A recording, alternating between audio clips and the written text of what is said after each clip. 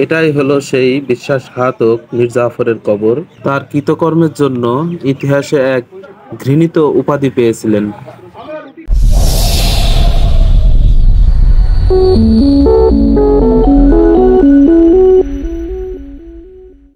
আসসালামু আলাইকুম বন্ধুগণ, আশা করি সবাই ভালো আছেন।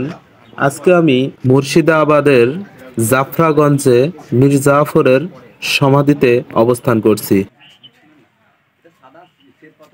1757 সালে পলাশীর যুদ্ধ শেষ হবার পরে মীর জাফর নবাব সিরাজউদ্দৌলাকে পরাজিত করে ক্ষমতায় আসেন।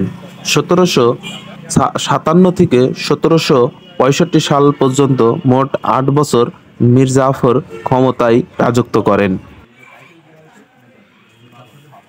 সাধারণ মানুষ তার নাম মীর জাফর নামে জানলেও তার মূল নাম মূলত সুজাউর মুলক হাসনাত দৌলা নবাব মীর মোহাম্মদ জাফর খান বাহাদুর মাহাব্বত জানিয়াত নাজিম জান্নেগাত। তার বাবার নাম ছিল সৈয়দ হোসেন নাজাই। তার দুই চাচা ছিল, একজন নাজাত খান আর একজন নাজাতি খান।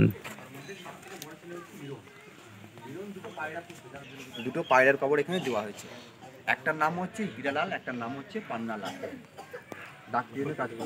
মীর জাফরের জীবদ্দশায় 3টে বিয়ে করেন এবং 5টি ছেলে ছিল মীর জাফরের। এর ভিতরে বড় ছেলের নাম মিরন। এই সমাধিতে 4 ছেলের কবর দেওয়া থাকলেও মিরনের কবর দেওয়া আছে বিহারের রাজমহলে।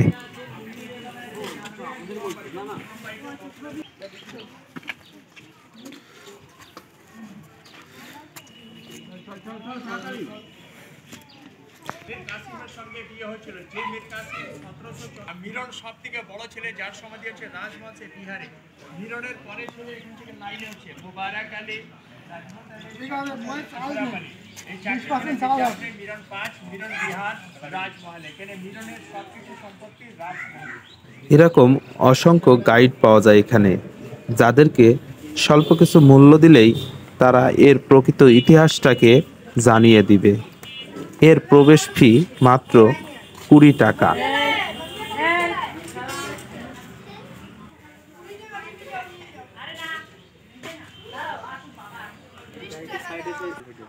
এইসব মেয়েদের কবর মির্জাপুরের গোষ্ঠী ভিডিও না বললে হয়।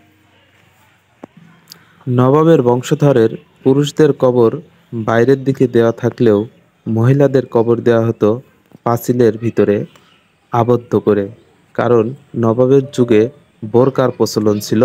তারা বোরকার পর্দায় থাকতো, যে কারণেই এর সৌন্দর্যমণ্ডিত করার জন্যই এই পাঁচিল নির্মাণ করে মহিলাদের কবর দেওয়া হতো।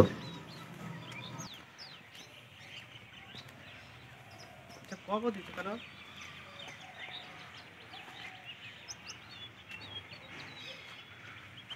এখানে আসলে আপনারা দেখতে পারবেন প্রায় প্রত্যেকটা কবরই মার্বেল পাথর দিয়ে নির্মিত হয়েছে। এর কারণ, যেহেতু এই সমাধিটা সৃষ্টি হয় মীর জাফরের আমলে, তখন তিনি নবাব ছিলেন, তাই এখানকার প্রত্যেকটা কবরেতেই মার্বেলের ব্যবহার খুব লক্ষণীয়।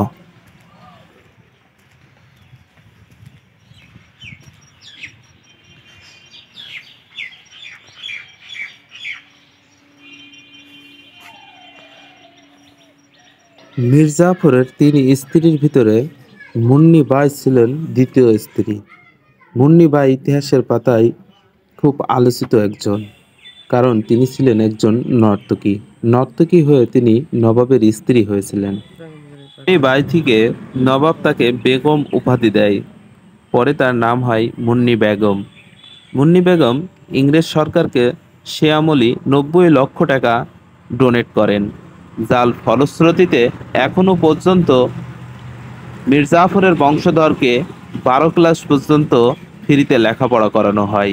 তার সেই টাকা দিয়ে একটি স্কুল আর একটি মসজিদ নির্মাণ করা হয়েছিল।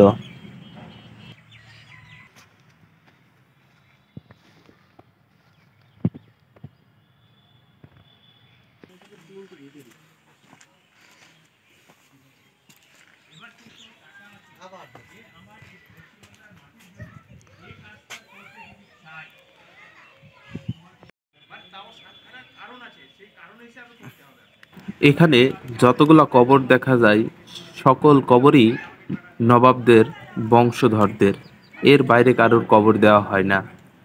নবাবের বংশধররা এখনও বাংলাদেশ, ভারত, পাকিস্তান, ইংল্যান্ড সহ অনেক জায়গায় ছিটিয়ে আছে। তারা মারা গেলে তাদের দেহটাকে নিয়ে এসে এখানেই সমাধি করা হয়। যে আমলে যে কোনো সরকার যাবে পয়সা তাকে হ্যান্ডওভার আপনাকে করে দেবে। এদিকে তোমার ছেলে স্কুলটার মধ্যে যখন পড়াশোনা মানে ক্লাসে যখনই অ্যাডমিশন হবে, একটা কর্মচারী আছে জুতো খুলে জুতো সাজিয়ে রাখবে। স্কুলে ক্লাস শেষ হয়ে গেল, আবার ওই ছেলেটাকে জুতো পড়াবে, আবার আপনাকে গেটের বাইরে এসে বাবা যদি 8 ক্লাস থাকবে অ্যাডমিশন হবে, মা যদি 5 ক্লাস থাকবে অ্যাডমিশন হবে। আর নয় কিন্তু এখানে টাকার বান্ডিল এখানে সব টাকা কেন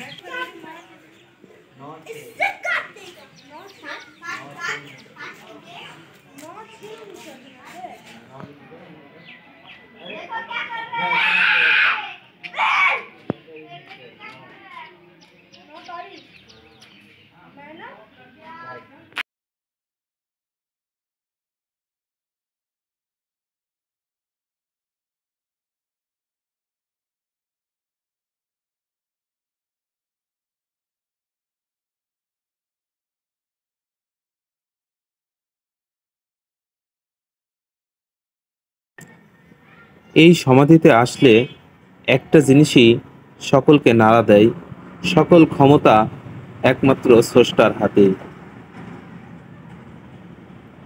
এত এত নবাবরা এত রাজ্য বিস্তার করেছিলেন, এত ক্ষমতা প্রদর্শন করেছিলেন, সব কিছুরই শেষ যেন এখানেই। তো বন্ধুরা, আজকে এ পর্যন্তই, দেখা হবে অন্য কোনো ভিডিওয়। আশা করি ফলো দিয়ে আমাদের উৎসাহ উদ্দীপনা দিবেন। আশা করি আরও কিছু ভালো ভিডিও আপনাদের উপহার দিতে পারবো।